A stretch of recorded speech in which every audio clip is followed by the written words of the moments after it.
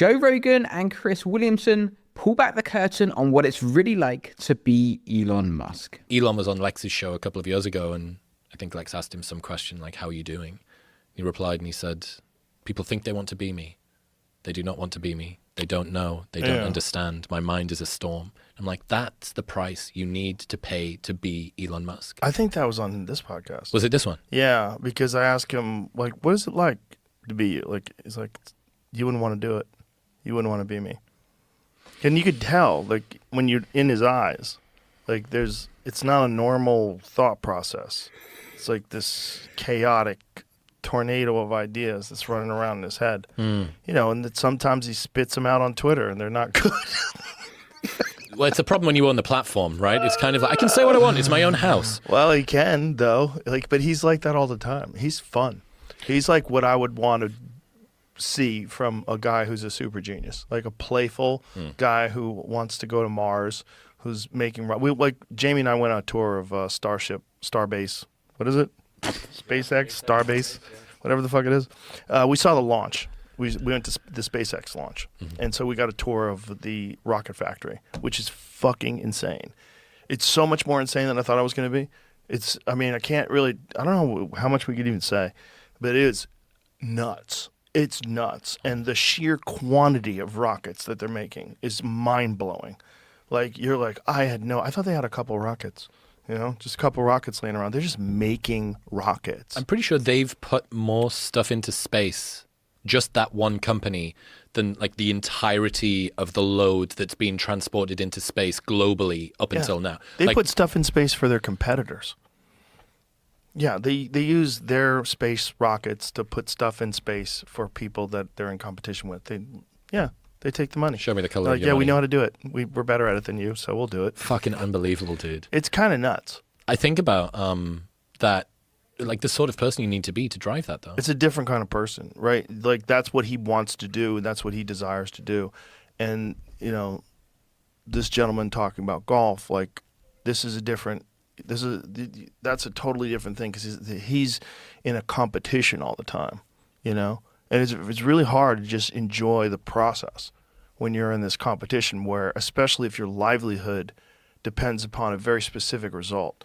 Like, you have to be better at this thing than everybody else. Not just do the best yourself, but better than the other people that are also doing their best. So you're in this constant, just never escaping this pressure. Fighters feel that, I think, more than anybody, because it's like an actual physical person coming to harm you all the time. Elon's comment about his mind being a storm shows how heavy it is to carry that level of responsibility every single day. Joe says you can see the pace of Elon's thinking in his eyes, and research from founders shows that entrepreneurs experience higher rates of anxiety and emotional strain. There's a pattern with people who run companies or create world-changing products. They never get to turn their brain off. Their attention is spread across missions, employees, failures, public pressures, deadlines, and impossible expectations. Research on high-stress leadership shows that when your work is tied to global outcomes, your mind stays active long after the workday ends. That creates a loop where you're always thinking, planning, or worrying, even during normal life. Elon has talked openly about this before. He said that his mind keeps running through ideas and problems with no clear pause. The more responsibility a person carries, the harder it becomes to separate thoughts from work. That makes sleep lighter, emotion sharper, and recovery slower. People admire the output, but they rarely see the cost behind it. And that pressure doesn't fade when you succeed, it grows as the mission grows. Social pressure adds even more weight. Elon leads companies that millions of people watch every day.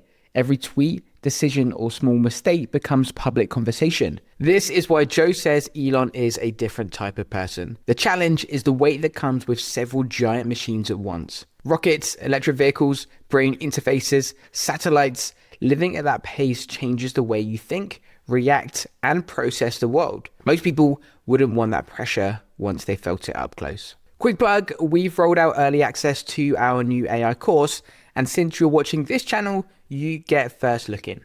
If you want to actually understand AI at a practical level, the real trends, players, and how this applies to your work and business, this course takes you from total confusion to full clarity. You can grab lifetime access for $99 right now. We're adding modules as AI moves, and you'll get it all. The price goes up Sunday evening, so if you want in at the lowest price it'll ever be, link is in the description.